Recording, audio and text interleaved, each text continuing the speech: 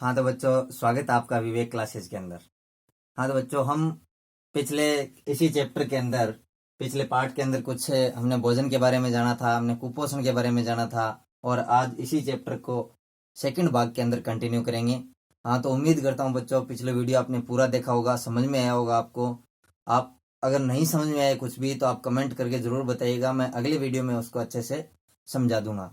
हाँ तो बच्चों आप ये अभी जो पढ़ेंगे ये इसी चैप्टर का भाग है, जिसके अंदर हेडिंग जो है वो मानव स्वास्थ्य है।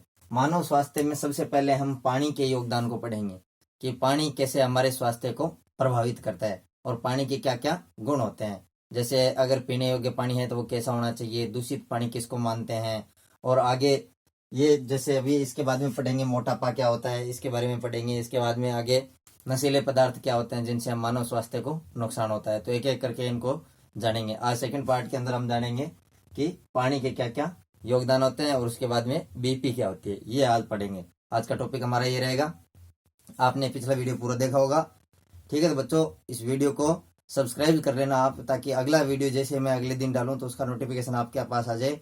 और आप नोटबुक पास में रखना, इन चीज़ों को नोट कर लेना, और साथ में जो इंपॉर्टेंट बोलूँ उसको पढ़ लेना। साथ ही साथ बुक की रीडिंग आप जरूर लगाते रहना साथ ही साथ, ठीक है बच्चों। बोर्ड की हर चीज को हम इन्वॉल्व लेकर के उसको समझाते हुए चलेंगे, ठीक है। तो ऐसे बने रहिएगा साथ में और अच्छे से तैयारी करिएगा, ठीक है। तो बच्चों अब कंटिन्यू करते हैं, टाइम कीमती है सभी का। पानी के गुण, सबसे पहले हेडिंग हमने क्या ला ली है, पानी के गुण। देखो बच्चों, इसमें सबसे पहले हम बात करते हैं पानी की अवस्था के बारे में। यहाँ धरती पर पानी एक ऐसा पदार्थ है जो तीनों अवस्थाओं के अंदर मिलता है। ये ठोस के रूप में भी मिलता है, द्रव के रूप में मिलता है, और गैस या वाष्प के रूप में भी मिलता है। और ऐसी कोई चीज नहीं है जो इन तीनों अवस्थाओं में पाई जाती हो। पानी हम जानते हैं ठोस यानी बर्फ के रूप में पाया जाता है, द्रव हम जानते हैं सीधा जो पानी होता है इसको द्रव की बोलते हैं, और वाष्प के रूप में भी पानी मिलता है। जो वाष्प बनती है और उसके बाद में बादल बनते हैं और फिर वो पानी में बदलता है। तो पानी एक ऐसा पदार्थ है इस धरती पर जो तीनों अवस्थाओं में पाया जाता है। आई बात समझ में? तो बच्चों हम क्या करते हैं, इस पानी का दुरुपयोग कर रहे हैं। अगर इसी तरह से दुरुपयोग करते गए, पानी का अतिदोहन करते गए, इसको प्रदूषित करते गए, तो पानी आने वाले समय में बहुत बड़ा संकट बनकर हमारी पीढ़ी और हमारे सामने ही खड़ा हो जाएगा। तो हमें पानी के अतिदोहन को बचाना है, प्रदूषित होने से बचाना है।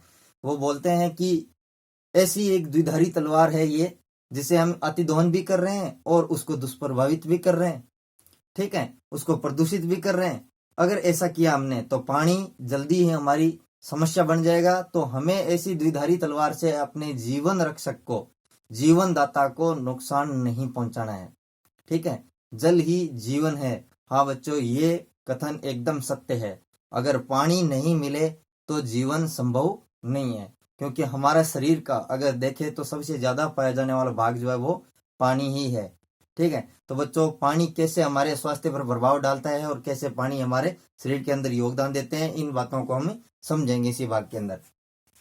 तो बच्चों जैसे कि बात करते हैं कि पानी के गुण क्या होते हैं। अगर पानी स्वच्छ है कि नहीं है उसका पता कैसे चलेगा हमें, ठीक है, वो पीने योग्य है कि नहीं है, तो उन बातों को हम यहाँ समझेंगे। देखो बच्चों, पानी के अंदर क्या है, कंकड़ कण वगैरह नहीं होने चाहिए, उसके अंदर घास फूस या वनस्पति नहीं होनी चाहिए। उस पानी की पीएच कितनी होनी चाहिए, पीएच से हम जानते हैं ना, पहले हम पढ़ चुके हैं छोटी क्लासों के अंदर कि 7 से कम अगर पीएच हो तो उसको अम्लीय बोलते हैं, यानी खट्टी होती है वो। 7 से अगर ज्यादा हो तो उसको क्षारीय बोलते हैं, यानी वो कड़वा होता है। तो पानी की पीएच जो है वो कितनी होनी चाहिए, 7 होनी चाहिए। 7 को क्या बोलते हैं, उदासीन पीएच या संतुलित पीएच बोलते हैं। आई बात समझ में बच्चों? तो पानी की पीएच कितनी होनी चाहिए, 7 या संतुलित पीएच उसकी होनी चाहिए। आई बात समझ में? और पानी के अंदर क्या रहनी चाहिए, ऑक्सीजन भी घुली हुई रहनी चाहिए। उसके अंदर हानिकारक जीवाणु जो है वो नहीं होने चाहिए। अगर हानिकारक जीवाणु है तो हम क्या हो जाएंगे, उससे रोगग्रस्त हो जाएंगे। अगर पानी के अंदर जीवाणु है, कुछ कृमि है या विषाणु है, तो वो हमें क्या करेंगे, रोगग्रस्त करेंगे। तो बच्चों ये इस बात का ध्यान रखना है, पानी को संदूषित होने से बचाना है और दूषित पानी का सेवन नहीं करना है, ठीक है। हम पढ़ेंगे कि ये पानी हमारे शरीर के अंदर क्या क्या काम करता है। तो पानी हमारे शरीर के अंदर कोशिका के अंदर होने वाली उपापचय क्रियाओं में योगदान देता है, एक बात। दूसरी बात ये क्या करता है, हमारे शरीर के अंदर जो विषैले जहरीले पदार्थ बनते हैं उनको उत्सर्जित करता है, जैसे मूत्र के अंदर यूरिया हमारे लिए क्या है, नुकसानदायक पदार्थ है, तो हम मूत्र के साथ यूरिया को क्या करते हैं, पानी के साथ मिला करके उसको उत्सर्जित करते हैं। ऐसे ही पसीने के साथ भी बहुत सारी उत्सर्जित पदार्थ है जो उत्सर्जित होते रहते हैं, जो हमारे शरीर के लिए नुकसानदायक है। ठीक है, पानी जो है वो हमें रोगों से लड़ने की क्षमता प्रदान करता है, रोग प्रतिरोधक क्षमता को बढ़ाता है। ठीक है, अगर लगातार या पर्याप्त मात्रा में पानी पीते रहेंगे तो उससे हमारे जो किडनी है, गुर्दे हैं, वो अच्छे से काम करेंगे, उनके अंदर पथरी का निर्माण नहीं होगा। आजकल बच्चों ये कॉमनली देखने को मिलता है सामान्यतया कि उस आदमी को गुर्दे में पथरी है या उस आदमी को गुर्दे में पथरी है। इसका कारण क्या है, एक तो पानी कम पीते हैं, दूसरा हमारा जो भोजन है वो सही नहीं है। हम आजकल जंक फूड ज्यादा खाने लगे हैं, हम प्राकृतिक भोजन कम करने लगे हैं। जैसे जैसे स्वादिष्ट जो डब्बों पर दिखाई दे रहे हैं जो हो रहा है उसकी तरफ आकर्षित होते जा रहे हैं। ठीक है, उन भोजन को ज्यादा खा रहे हैं जो हमारे स्वास्थ्य के लिए क्या है, नुकसानदायक है। तो बच्चों हमें रेगुलर व्यायाम करना है, एक्सरसाइज करते रहना है, कसरत करते रहना है, अपने शरीर को मजबूत रखना है और लगातार खूब पानी पीना है दिन में। डॉक्टर अक्सर ऐसा मशवरा देते रहते हैं कि आपको 2-3 लीटर यानी 8-10 गिलास पानी आपको रोजाना कम से कम पीना ही चाहिए, चाहे वो सर्दी हो या गर्मी। गर्मी के अंदर तो पसीना भी ज्यादा आता है, इसलिए गर्मी के अंदर पानी की मात्रा और ज्यादा लेनी चाहिए। पानी ज्यादा पीने से कोई नुकसान नहीं है, लेकिन कम पीने से बहुत नुकसान है। ऐसे ही मैं अब अपन बात करते हैं ऐसे सामान्य कि हम अगर लगातार पढ़ाई कर रहे हो तो पढ़ाई से क्या थकान आती है, यानी हमारा ब्रेन काम करता है, हमारे शरीर की ऊर्जा है वो खर्च होती है। अगर ऊर्जा उपापचय क्रिया बहुत ज्यादा हो रही है तो उसके अंदर उत्सर्जित पदार्थ भी बनेंगे लगातार। अगर ऐसा है तो फिर वो उत्सर्जित पदार्थ उत्सर्जित करने के लिए पानी की ज्यादा मात्रा हमें लेनी चाहिए, जिससे हम तंदुरुस्त रहेंगे और पढ़ाई के अंदर लंबे समय तक आराम से टिक करके एक जगह बैठ करके पढ़ पाएंगे। उससे हम क्या है, तंदुरुस्त रहते हैं बच्चों। आई बात समझ में आपको। दूसरी बात हम बात करते हैं कि जल अगर दुष्प्रभावित हो, दूषित जल हो तो उसके क्या क्या हमारे शरीर पर दुष्प्रभाव पड़ते हैं।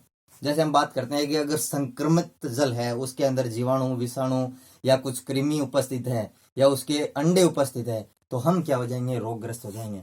बच्चों पानी से फैलने वाली बीमारियां जो है वो देखो, उदाहरण के लिए हैजा, टाइफाइड, फ्लू और पीलिया और नारू रोग राजस्थान की एक बहुत बड़ी समस्या थी 2000 से पहले। बच्चों आजकल देखने को नहीं मिलता।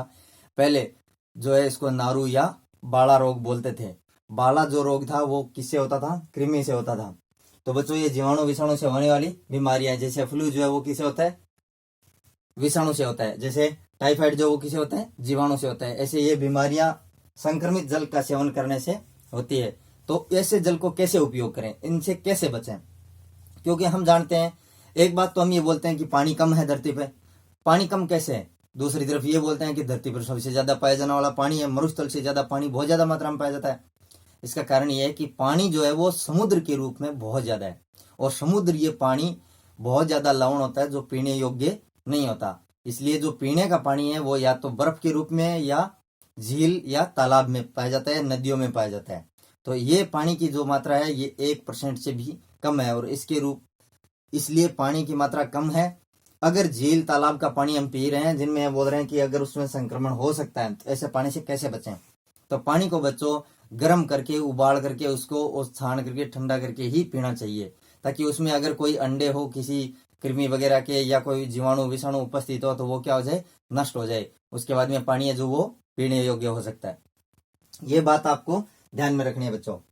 ठीक है, तो ये बात हमने सारी पानी के गुणों के बारे में जाना कि जल हमारे जीवन के लिए बहुत ही महत्वपूर्ण चीज है। तो बच्चों लगातार जल का सेवन करते रहना चाहिए। ठीक है, पानी पीते रहना चाहिए, जिससे हम क्या है, स्वस्थ रहेंगे। अगर बोलते हैं ऐसा कि अगर ज्यादा अच्छा बढ़िया मात्रा में अगर कोई पानी पी रहा है, लगातार अच्छे से रोजाना पीता है, उसका रूटीन ऐसा है, तो ऐसे आदमी को जुकाम तक बहुत कम होता है। ठीक है, फेफड़ों की बीमारियों संक्रमण होने से वो बचता है, अस्थमा जैसी बीमारियां उनको नहीं होती। इसलिए बोलते हैं पानी ज्यादा पीना चाहिए। आप लगातार पानी का सेवन करिए, स्वच्छ जल पिए, जल को गर्म करके उबाल करके पिए। और हम जानते हैं इस पानी को कैसे बचाना है, उसको दूषित करने से और अत्यधिक अति दोहन करने से बचना है हम लोगों को। क्योंकि पानी, पीने का पानी सिर्फ नदियों, झरनों, तालाब, झील और भूमिगत जल जो बोरवेल वगैरह से निकालते हैं, इतना ही जल पीने योग्य है बच्चों। समुद्र में उपस्थित पानी है जो पीने योग्य नहीं है। अगर वो पानी पीने की कोशिश करेंगे तो बहुत बड़ी कीमत चुकानी पड़ेगी। आजकल जो प्यूरिफाई वगैरह चल रहे हैं उनसे उस पानी को पी सकते हैं, लेकिन उसमें क्या करेंगे, इलेक्ट्रिसिटी एंड बिजली बहुत ज्यादा खर्च होती है, उस यंत्र के बहुत पैसे लगते हैं, इसलिए पानी की कीमत हमें ज्यादा चुकानी पड़ेगी। इसलिए बोलते हैं कि नदी का पानी, तालाब का पानी स्वच्छ रखना चाहिए और हमें इन पानियों को ज्यादा फालतू में पानी को नहीं बहाना चाहिए, अत्यधिक दोहन करने से बचना चाहिए और जल को दूषित होने से बचाना चाहिए। एक एक बूंद हमारे जीवन के लिए कीमती है, हमारी पीढ़ी, आने वाली पीढ़ियों के लिए वो कीमती है, तो जल को बचा के रखिए बच्चों। ठीक है, तो हम बात करते हैं आगे बच्चों मोटापे के बारे में। अब देखो बच्चों, मोटापा है ना, वो भी एक हमें बीमारियों से ग्रस्त करता है। मोटापा क्या चीज है? मोटापा बच्चों, जब अत्यधिक वसा शरीर के अंदर जमा हो जाती है तो उसको क्या कहेंगे हम? मोटापा। मोटापा, आजकल जंक फूड वगैरह खाते हैं, कंटिन्यू डब्बों में बंद फूड वगैरह खाते हैं, एक्सरसाइज कम करते हैं, व्यायाम नहीं करते और ऊर्जा ज्यादा लेते हैं, ऊर्जा खर्च कम करते हैं, खर्च तो कम करते हैं और शरीर में लेते ज्यादा है। तो ऐसा करने से भी हमारे शरीर का क्या होगा? मोटापा बढ़ेगा। तो ये बात आपको समझ में आई कि मोटापा क्यों बढ़ता है, लेकिन मोटापे के नुकसान क्या है। देखो, मोटापा हमारे शरीर में अत्यधिक वसा का जमा होना क्या कहलाता है? मोटापा। अब मोटापा है कि नहीं है, इस बात का कैसे पता चलेगा? इस बात के बारे में कुछ ऐसे आंकड़ा निकाला गया है जिसको बोलते हैं शरीर भार सूचकांक, यानी body mass index. Body mass index क्या होता है बच्चों?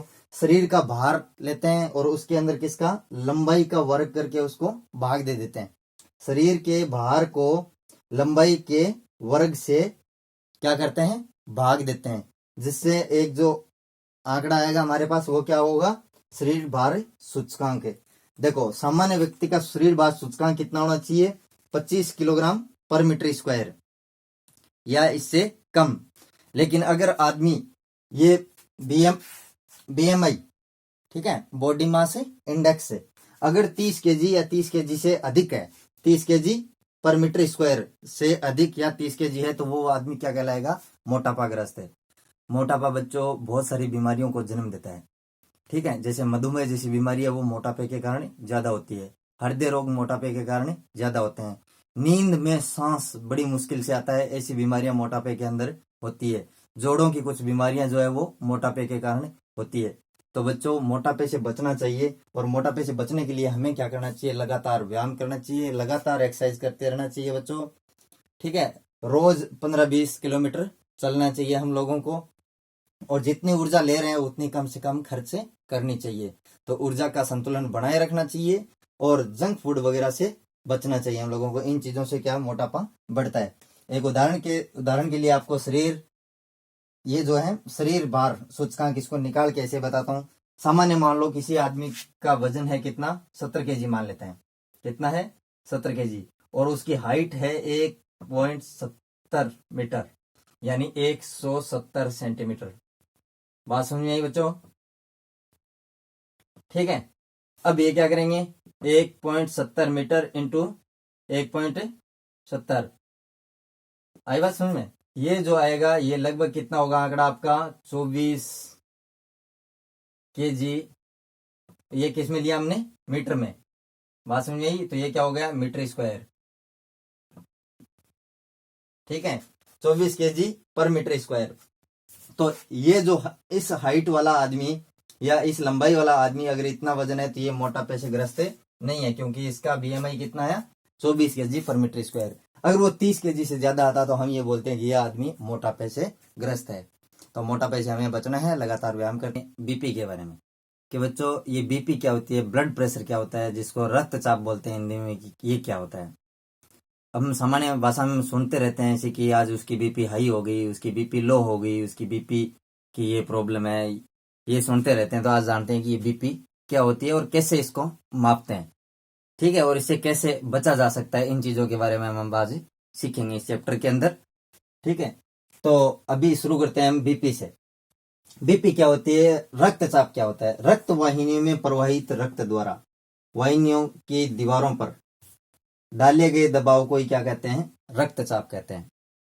बच्चों, हम जानते हैं कि हमारा शरीर, हृदय और रक्त वाहिनियां, इसमें क्या रुधिर बहता रहता है। हमारे शरीर के अंदर रक्त हृदय से निकल के रक्त वाहिनियों में बहता रहता है।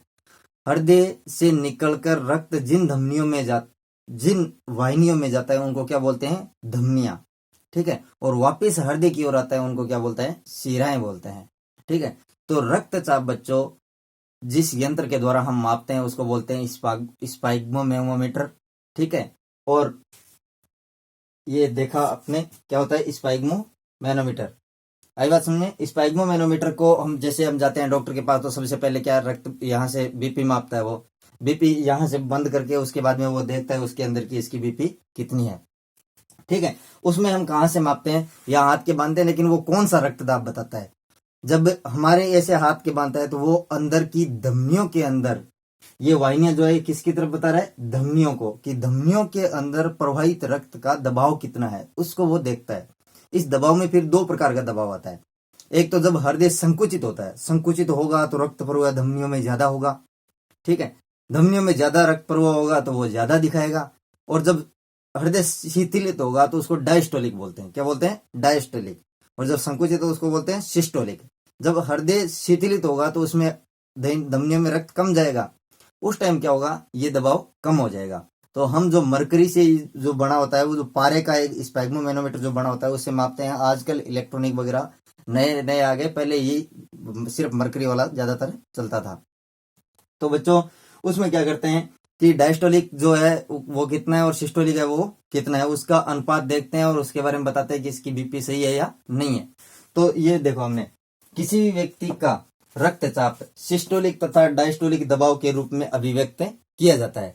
ये बात आपको समझ आई। हमने पहले बताई कि सिस्टोलिक क्या होता है और डायस्टोलिक क्या होता है। सिस्टोलिक जब हृदय संकुचित होता है तब धमनियों में दबाव, ठीक है, और डायस्टोलिक जब हृदय शिथिलित होता है, ठीक है, डायलेट होता है, उसमें हृदय धमनियों के अंदर रक्त का दबाव। इसको हम इस रूप में लिखते हैं ऐसे। ठीक है, और इसी को क्या कहते हैं, रक्तचाप कहते हैं। सामान्य व्यक्ति का जो रक्तचाप होता है कितना है, सिस्टोलिक प्रेशर कितना होता है, 120। ठीक है, 120 मिलीमीटर। ये जो यंत्र होता है ऐसा एक डॉक्टरों के पास आपने देखा होगा, ऐसा इस प्रकार का यंत्र एक वो ला करके ऐसे रखते हैं टेबल पर, उसके बाद में हाथ के बांधते हैं, फिर इसके यहाँ वो डॉक्टर ऐसे देखता है बांधने के बाद में, और इधर जो समेट के ऐसे पाइप के जैसा रखता है जो अपने हाथ के बांधता है। ठीक है, उसमें मानते हैं हम यहाँ कहीं इस पर 120 लिखा होता है, ऐसा समझ लेते हैं। ठीक है, और यहाँ कहीं इस पर क्या लिखा है, 80 मिलीमीटर लिखा रहता है। ठीक है, ऐसा हम अभी मान लेते हैं, ऐसा ही होता है उस पर भी। ठीक है, तो जब रक्तचाप वो मापता है, हमारे हाथ के बांधता है, तब इसके अंदर वो मरकरी जो पारा जो वो ऊपर नीचे चढ़ता रहता है। ठीक है, जब हम देखते हैं कि जब हृदय शिथिलित हो तब हमारा सामान्य व्यक्ति का यहाँ आना चाहिए वो। ठीक, आई बात समझे। और जब संकुचित हो तब यहाँ तक जाना चाहिए। तो यहाँ ऐसे शिथिलित और संकुचन के दौरान आना चाहिए। सिस्टोलिक और डायस्टोलिक प्रेशर हमारा आना चाहिए। ठीक है, अगर सामान्य, ये सामान्य कितना मानते हैं, ये जरूरी नहीं है सब में 120 हो। ठीक है, जैसे अभी मेरा मान लो, अगर वो बीपी वाला माप डॉक्टर चेक करता है तो वो कितना बताता है, 110 बताता है, तो भी वो सामान्य मानते हैं। अगर सिस्टोलिक प्रेशर मेरा 100 आता है तो भी उसको क्या कितना बताते हैं, सामान्य बताते हैं। सामान्य कहां तक बताते हैं बच्चों, 90 से लेकर के 120 तक। जब सिस्टोलिक प्रेशर कितना है, 90 से लेकर के 120, तो उसको सामान्य माप बताते हैं। ठीक है, और ये कितना होना चाहिए, डायस्टोलिक 60 से 80 तक। ठीक है, ये 60 से 80 के बीच में हो, कम से कम कितना है 60, और हाईएस्ट कितना जाए 80। और ये जो है ये 90, यहाँ मान लो 90। जब सिस्टोलिक हृदय संकुचित होता है किसी का, मान लो यहाँ तक आता है। ठीक है, 70 तक आता है नीचे और ऊपर 90 तक जाता है, उसको भी सामान्य मानते हैं। ठीक है, ये 120 और 80 क्या है, ये सबका औसत निकल गया है कि सबका नाप करके कितना बता दिया। किसी का 122 आ गया, किसी को 125 आ गया। ठीक है, तो वो भी सामान्य के अंदर आता है। आई बात समझ में आपको। तो हमने बताया सामान्य सिस्टोलिक कितना होता है, 90 से 120 मिलीमीटर, और डायस्टोलिक प्रेशर कितना होता है, 60 से 80 मिलीमीटर के बीच होता है। अब बीपी मापने का जो यंत्र होता है वो क्या है, स्पाइग्मोमेनोमीटर होता है। ठीक है, क्या बताया, स्पाइग्मोमेनोमीटर। आई बात समझे। अब स्टीफन हेल्स नाम के वैज्ञानिक थे, उन्होंने 1773 के अंदर, ठीक है, रक्तचाप पहली बार किस में मापा था, घोड़े के अंदर मापा था। कौन, ये भाई साहब। ठीक है, स्टीफन हेल्स, कब, 1773 के अंदर, और किस में, घोड़े के अंदर। आई बात समझे। दूसरे साइंटिस्ट थे कापलन, जिन्होंने 1983 के अंदर रक्तचाप को परिभाषित किया था। अब हमने जाना रक्तचाप की परिभाषा क्या होता है। जब रक्त वाहिनियों में बहता है तो वाहिनियों की दीवारों पर डाला गया दबाव ही क्या कहलाता है, रक्तचाप। आई बात समझ में। चलो ठीक है बच्चों, अब हम सुनते हैं कि लो बीपी है या हाई बीपी है, इसके बारे में कैसे जाने। ठीक है, तो लो बीपी कब बोलेंगे और हाई बीपी कब बोलेंगे। जब सिस्टोलिक प्रेशर हमने बताया कि कम से कम कितना होना चाहिए, 90, और ज्यादा ये नॉर्मल सामान्य तक हो 20-25 तक हो जाए, 120-25 तक। आई बात समझे। अगर ये 90 से कम आ जाए, ये ऊपर वाला आंकड़ा क्या आ जाए 90 से कम, और नीचे हमने कितना बताया था यहाँ 60 सामान्य तक आता है, लेकिन ये कितना आ जाए यहाँ 50 आ जाए, 55 आ जाए या 60 से कम आए, तो उसको क्या बोलते हैं, लो बीपी बोलते हैं। क्या बोलते हैं, लो बीपी। जब सिस्टोलिक 90 मिलीमीटर तथा डायस्टोलिक प्रेशर कितना हो 60 मिलीमीटर से कम हो, तो ऐसे में व्यक्ति को क्या रहता है, हृदय मस्तिष्क के गुर्दों इनको सप्लाई नहीं होती किसकी, ऑक्सीजन की। ऑक्सीजन की पर्याप्त सप्लाई नहीं होने के कारण, आपूर्ति नहीं होने के कारण ये अंग जो है ये हमारे शरीर के महत्वपूर्ण अंग होते हैं और ये सही से काम नहीं करते। बच्चों अगर इनका कार्य सही से नहीं हुआ तो आदमी ऐसे आलसी के जैसा और शिथिल के जैसा हो जाएगा एकदम। ठीक है, और वो पूरा रेस्पॉन्स नहीं करेगा। हम अगर उसको कुछ कहेंगे तो वो आराम से ऐसे शिथिल सा रहेगा। आई बात समझने। अगर लो बीपी है तो ऐसे लक्षण उसमें देखने को मिलेंगे। ठीक है, अब बात करते हैं उच्च रक्तचाप की, हाई बीपी। जब सिस्टोलिक प्रेशर कितना हो, सिस्टोलिक कौन सा, जब हृदय संकुचित हो तब धमनियों में दबाव कितना। ठीक है, 130, यानी यहां से ये पारे वाला कहां जाए, 130, 140 ऐसे कहीं हो। ठीक, और डायस्टोलिक जब हृदय संकुचित हो उसमें ये मशीन कहां बताए, ठीक है, कहां बताए, कम से कम 90। आई बात समझ आपको। नॉर्मल कितना था 60 से 80 के बीच में, लेकिन ये क्या बता रहा है 80 से ऊपर का आंकड़ा 90 वाला पकड़ रहा है।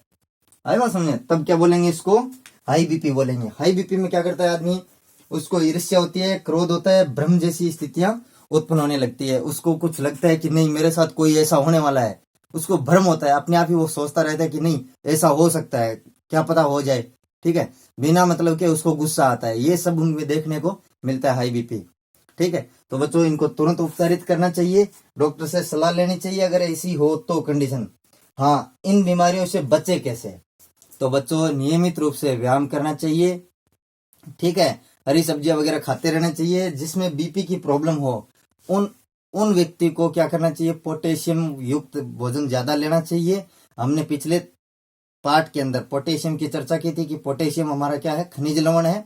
कहाँ कहाँ मिलता है, सभी भोज्य पदार्थों में उपलब्ध रहता है। ठीक है, हरी सब्जियां वगैरह हम ज्यादा खाएंगे तो पोटेशियम हमें अच्छे से मिलेगा, इसलिए बीपी में भी उसका महत्वपूर्ण योगदान होता है। क्योंकि पोटेशियम क्या करता है, मांसपेशियों तथा तंत्रिकाओं के आवागमन और आवेग संचरण में उसका महत्वपूर्ण योगदान होता है। तो बच्चों पोटेशियम का सही से लेना चाहिए भोजन के साथ। दूसरा, मैग्नीशियम और कैल्शियम का संतुलन बना के रखना चाहिए। ठीक है, और हमें क्या करना चाहिए, नियमित रूप से व्यायाम करना चाहिए, 15-20 किलोमीटर रोज चलना चाहिए। ठीक, जितनी ऊर्जा लेते हैं उतनी खर्च करनी चाहिए। मोटापा भी क्या करता है, बीपी को जन्म देता है। तो ऐसी बीमारियों से हम कैसे बच सकते हैं, व्यायाम वगैरह करते रहे, अपने को ऐसे मजबूत और स्ट्रॉन्ग बना के रखें। हाँ तो बच्चों ये बातें आपको समझ में आई। अगर नहीं आई हो, कहीं कोई थोड़ी बहुत भी प्रॉब्लम हो तो मुझे कमेंट करके जरूर बताइएगा। मैं उसको अगली क्लास के अंदर पहले उस बात को एक्सप्लेन करूंगा, उसके बाद में हम अगला टॉपिक है जो वो पढ़ेंगे। आई बात समझ में। तो ये पार्ट आप देखते रहिए, ऐसे ही सब्सक्राइब कर लीजिए चैनल को। जैसे मैं यूट्यूब पे डालता हूं तो आपके पास सबसे पहले नोटिफिकेशन आ जाएगा। ठीक है, और आप जब बढ़िया आपका माइंड हो उसमें आपकी पेन कॉपी लेकर के बैठना, नोटबुक लेकर के बैठना, जो समझाया जा रहा है उसको लिखना। ठीक है, कुछ बोल रहा हूँ जो लिखा हुआ नहीं है उसको भी इंपॉर्टेंट मान करके वहां नोट कर लेना। उसके बाद में आपकी बुक को बराबर रीडिंग लगाते रहना। ठीक है, तो बच्चों इस वीडियो को ज्यादा से ज्यादा शेयर करिएगा, लाइक करिएगा और सब्सक्राइब कर लेना चैनल को, ताकि आपके पास तुरंत नोटिफिकेशन आ जाए इसका। आई बात समझ में।